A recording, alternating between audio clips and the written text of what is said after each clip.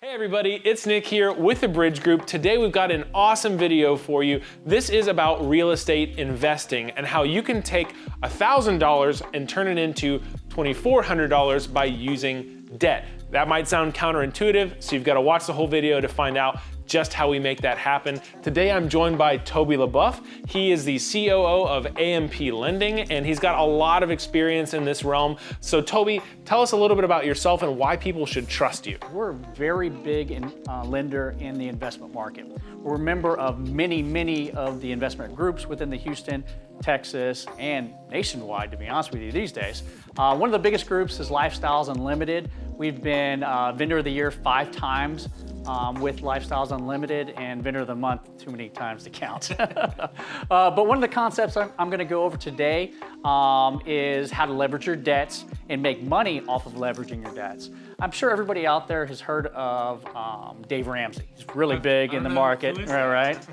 And one of the biggest concepts that Dave Ramsey has is eliminating your debt. Live debt-free, essentially.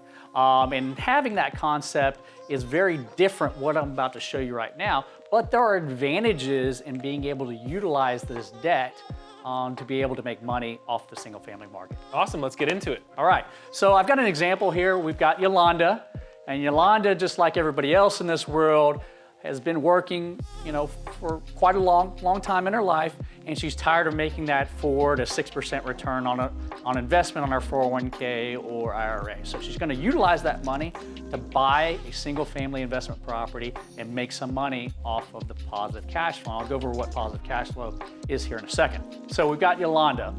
She took money out of her IRA or 401k, and she utilized that money to purchase a $165,000 rental property. On this particular example, the rental property she rented out for $1,400 per month, right? Because she bought it cash, she has 0 mortgage on this property, which is great, right? But of course, we do have to take into consideration there are monthly expenses other than the mortgage, and those monthly expenses are taxes, insurance, and possible HOA if it's in the homeowner association.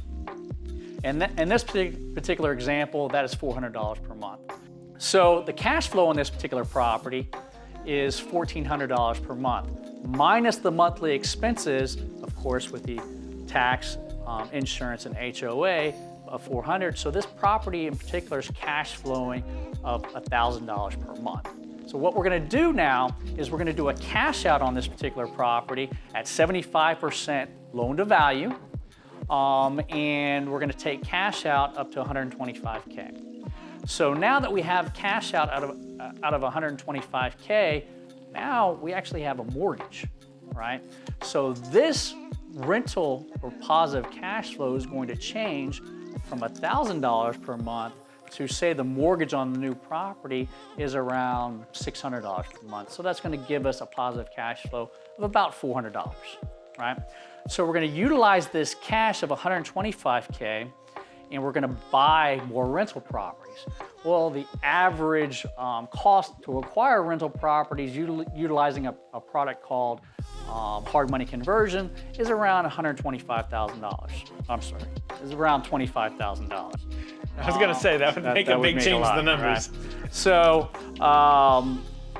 dividing $125K by $25,000 would give us 5 new rental properties. And the idea being that we want to, instead of having one, we're trying to translate the money that we're making from that one, and we want to multiply. We want to have more rental properties. That's correct. By utilizing the mortgage, we're going to buy more properties and utilize the positive cash flow on those particular properties to have more positive cash flow than actually owning a property free and clear. Awesome.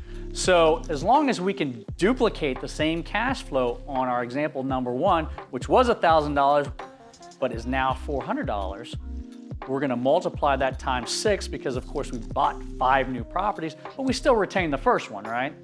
So just to make sure, this $400 is what's left over your net after you get the new properties. They have new mortgages on them. They have their taxes and HOAs and all that fun stuff.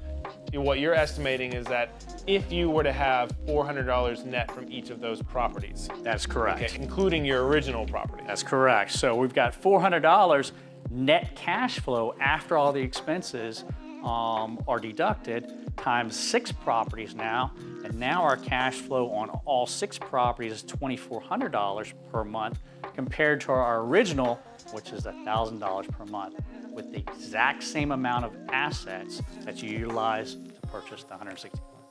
Now, what if somebody is maybe concerned about the riskiness of going from having no mortgage to now having 6 mortgages? How do you kind of talk through, if you're coaching somebody on this, how would you talk through the risk and how to sort of weigh that?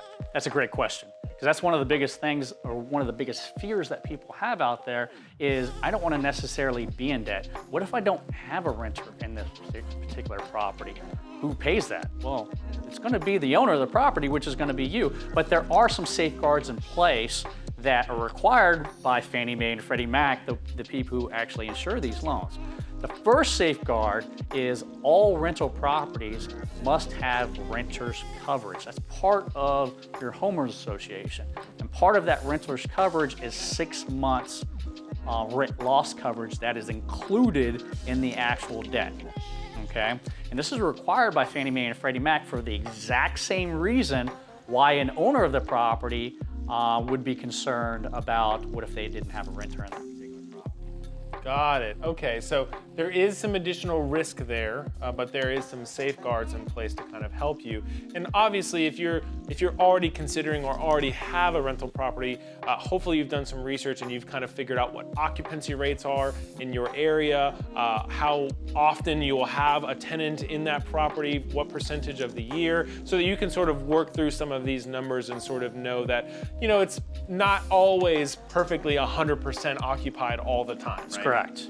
But if you think about it also, okay, so look at option 1, we've got 1 rental property, right? What if you don't have a renter in here? You're still on the hook for $400, right? We've got another scenario here of 6 rental properties. Well, what are the chances of all 6 being vacant? It's a very small percentage, right? So if you have 1 or even 2 not rented, you've got the other 3 or 4 to be able to cover the cost of those 2 that aren't rented.